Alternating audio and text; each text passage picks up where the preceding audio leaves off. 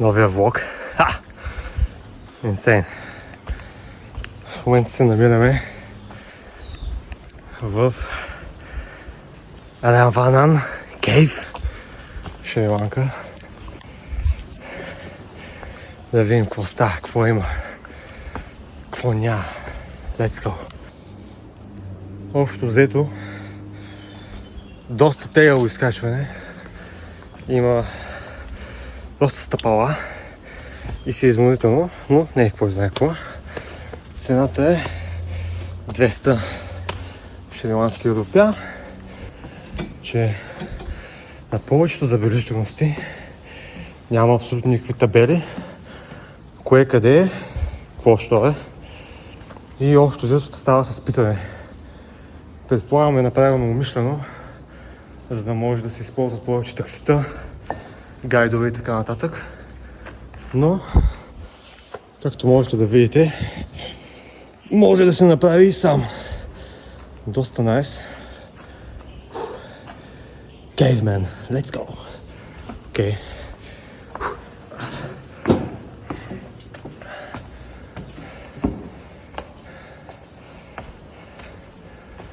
Не знам дали се вижда нещо.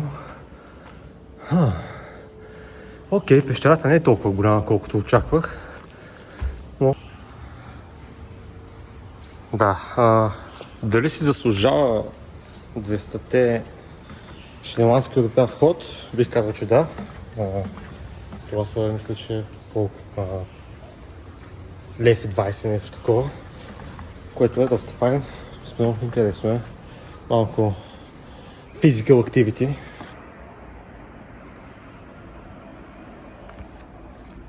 Та гледката е kinda nice. В смисъл, nothing special. Мисля, че стара планина я бие.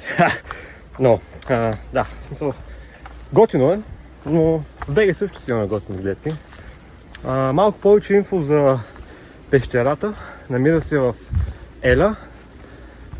Казва се Равана Кейв. Да, това е табелата за пещерата.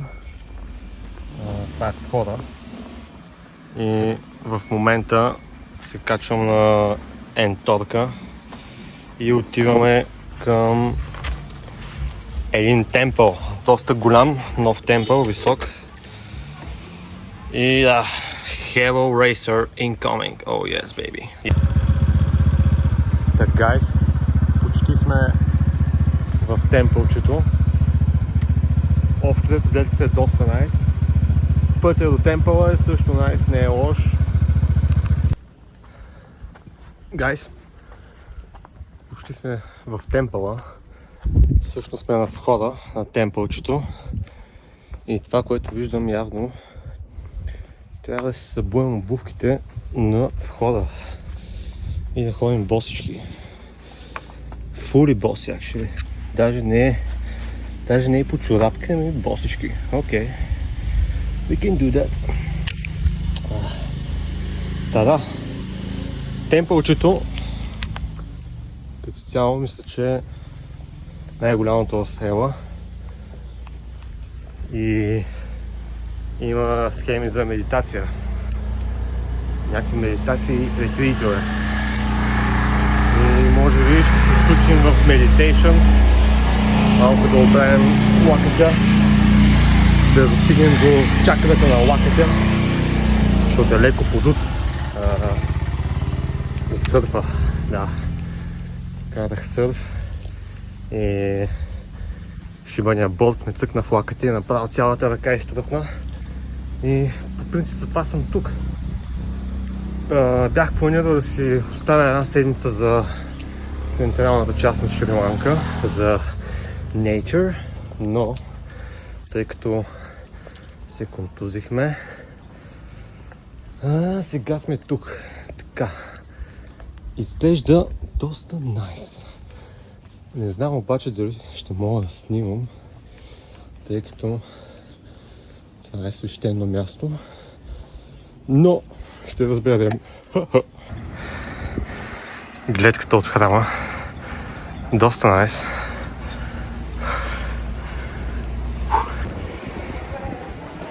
пичове и пички. Това е хранчето, слънчето, гледката, още на слънче.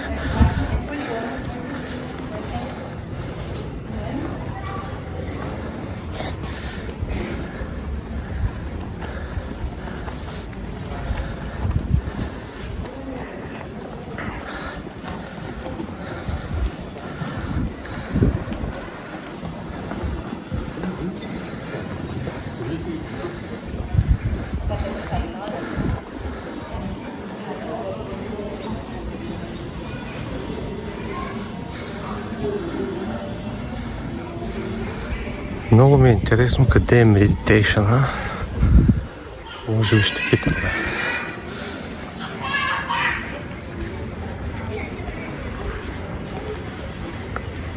Имат си и лъвчета.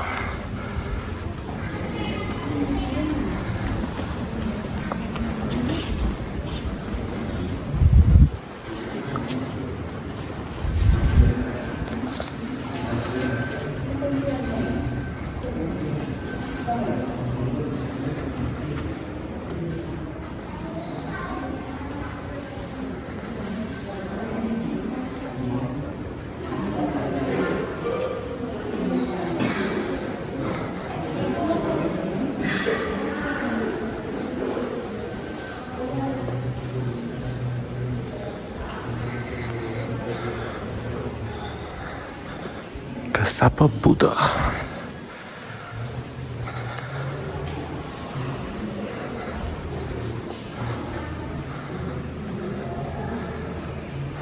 Найсе.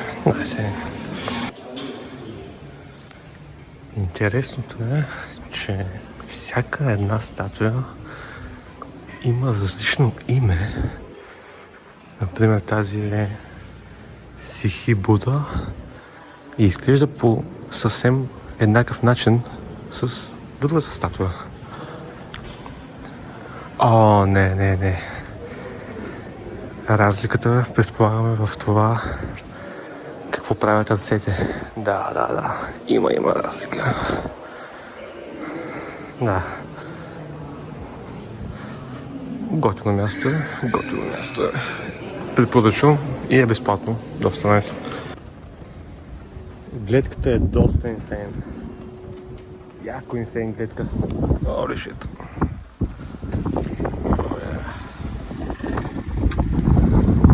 Да, гайс, общо взето това ще е от Еля, Шри-Ланка. Рекап като цяло. Забележителностите заслужава си най-малък бридж. Доста заслужава. Безплатно е. Готино да се види.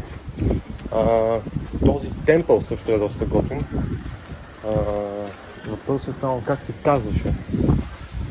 Общо взето темпъл мисля, че се казваше нещо от сорта на Андверпуна темпъл. Като цяло като пресините в Ева. Това е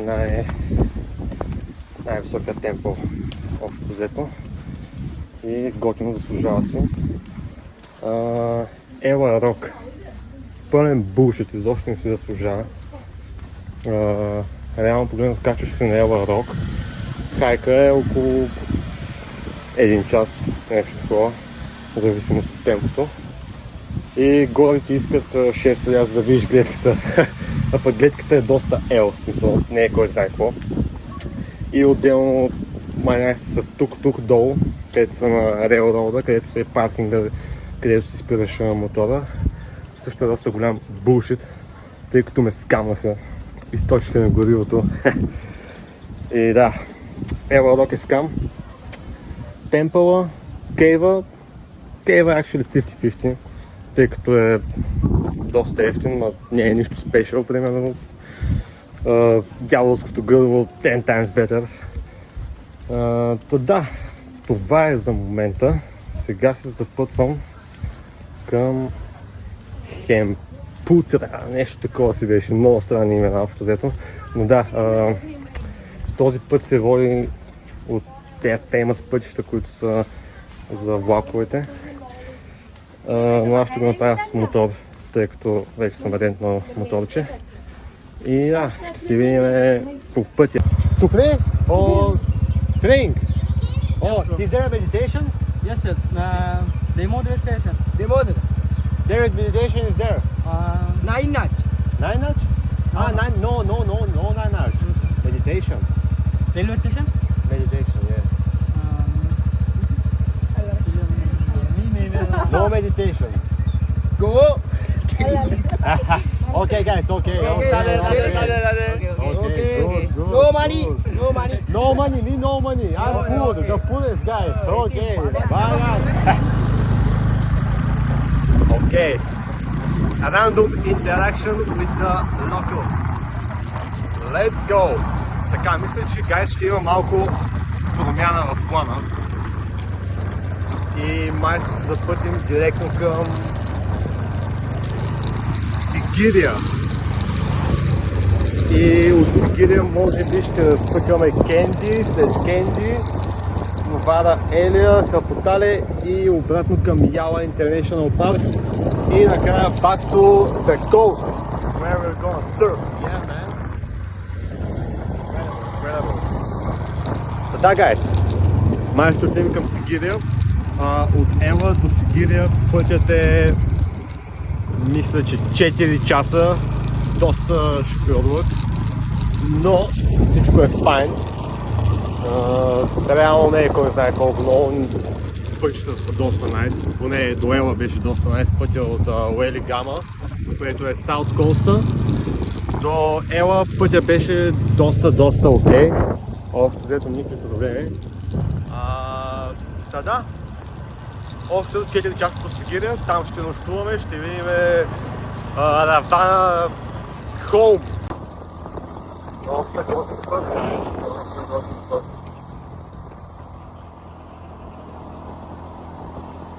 Като цяло пътищата в Шри-Ланка са 10 няма никакви дупки, супер найс.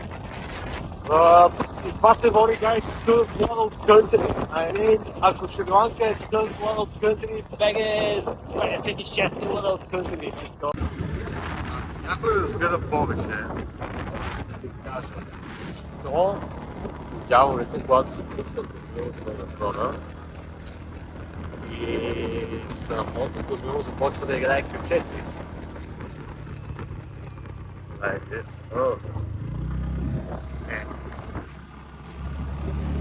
Ще да снимам без да се пусна.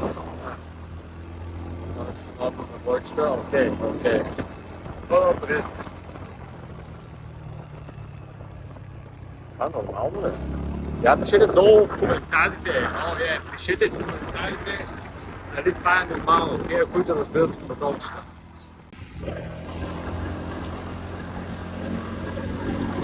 Да, guys,